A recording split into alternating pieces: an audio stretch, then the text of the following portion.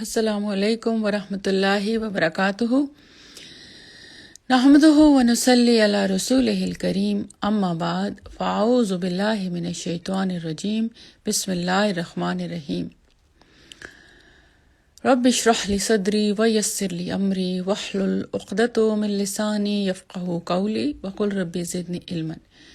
Allahumma salli ala Sayyidina Muhammad wa ala alihi wa barik wa sallam. Lesson number 55 of the book Sealed Nectar. Muhammad Mustafa sallallahu alaihi wasallam is the greatest benefactor of humanity.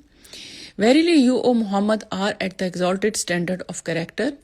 Wa innaka la ala khulqin azim. No doubt he is the greatest good for greatest number of people. We will talk about his marriage, first marriage with Khadija razi ta'ala anhu, Khadija bint Khuwailid. Khadija razi ta'ala anhu, she was a business lady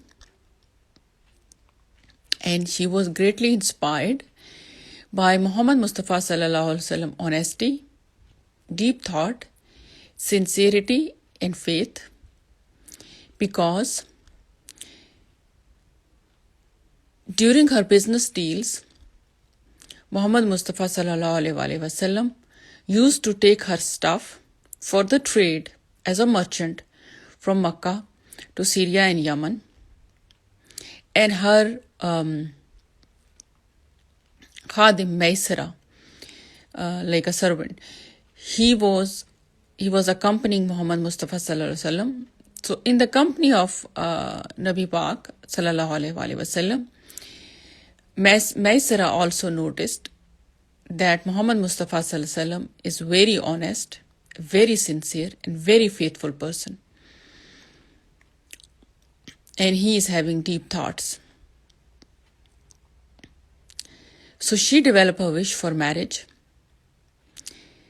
She informed Muhammad Mustafa sallallahu alaihi wasallam via her friend Nafisa, and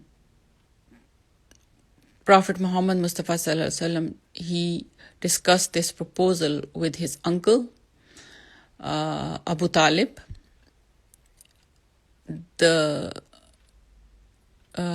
I think Khadija razi ta'ala anhu uncle, he was the Hebrew alim.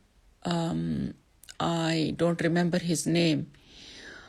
He was very old at that point of time, and he also met with his uncle.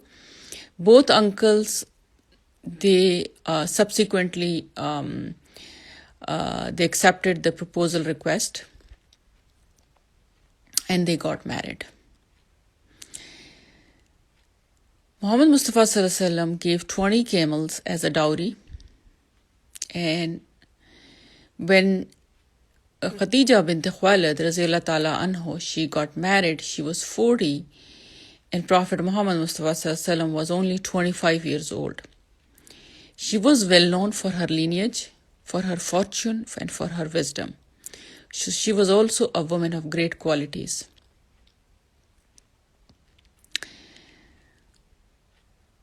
After this marriage, they got 5 kids: Al-Qasim, Zainab, Ruqayya, Kulsum, Fatima, and Abdullah. Both the sons, they passed away during infancy, but all the daughters, they survived.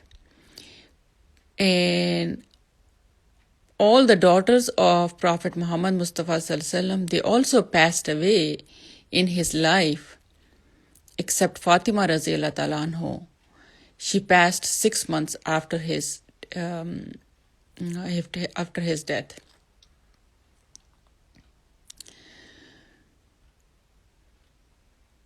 Okay, so here we are getting what lessons? We are seeing a businesswoman. She is proposing a man based on his qualities, not upon his looks, but qualities. So woman can go in business field. It's not only the field for a man. She can propose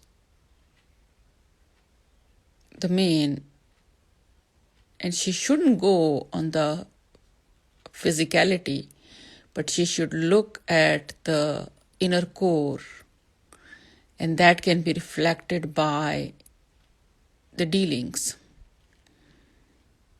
And business is a good deal to know about a person: honesty, faithfulness, sincerity, and communication. While communicating with a person, you know that person is having a deep thought or not.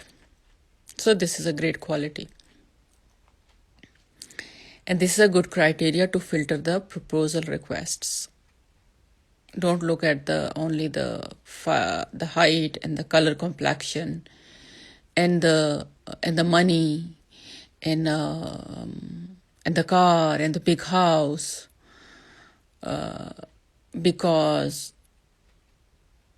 anybody can have these material things, but if the person has these attributes, these good qualities, that person is a gold. Doesn't matter that person is not very rich or whatever other things, necessities. It's okay if somebody is poor, or just like making the living, but have great qualities, and only a special VN person can do that. So she was quite intelligent woman, that she offered him a job, and then during the job she was seeing him, what kind of person he is, and she got recommendations from another person who was in direct dealing during the trade journeys. So she was quite intelligent person. So her uncle, both uncles, her uncle Khadija bint Khuwailid uncle and Muhammad Mustafa Sallallahu Alaihi Wasallam uncle, they are meeting. So uncle can be substituted as wali when father is not there. So see how when we go deep in the seerah, we learn great lessons about the different matters of life. Marriage is a very important decision of life. It can change your life. It can change your personality. It can change your thoughts. It can change your faith. I mean, you can be anything after marriage if you get the right choice. And keeping this golden principle from the seerah, woman and man, look at Muhammad Mustafa Sallallahu Alaihi Wasallam. He's not looking that she's 40. He's not looking at the figure. He's not looking at the age and the wrinkles.